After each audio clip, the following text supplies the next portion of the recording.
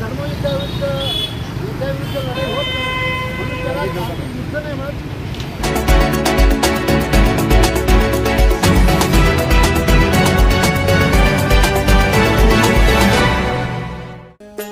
वर्धेकरांनी केले शहीदांचे स्मरण.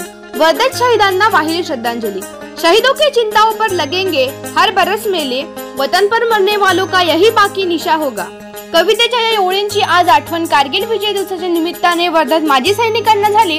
वर्धा शहरात वर्धा जिल्हा माजी सैनिक संघाच्या वतीने कारगिल दिवसावर कारगिल युद्धात शहीद झालेल्या शहीदांना श्रद्धांजली वाहण्यात आली.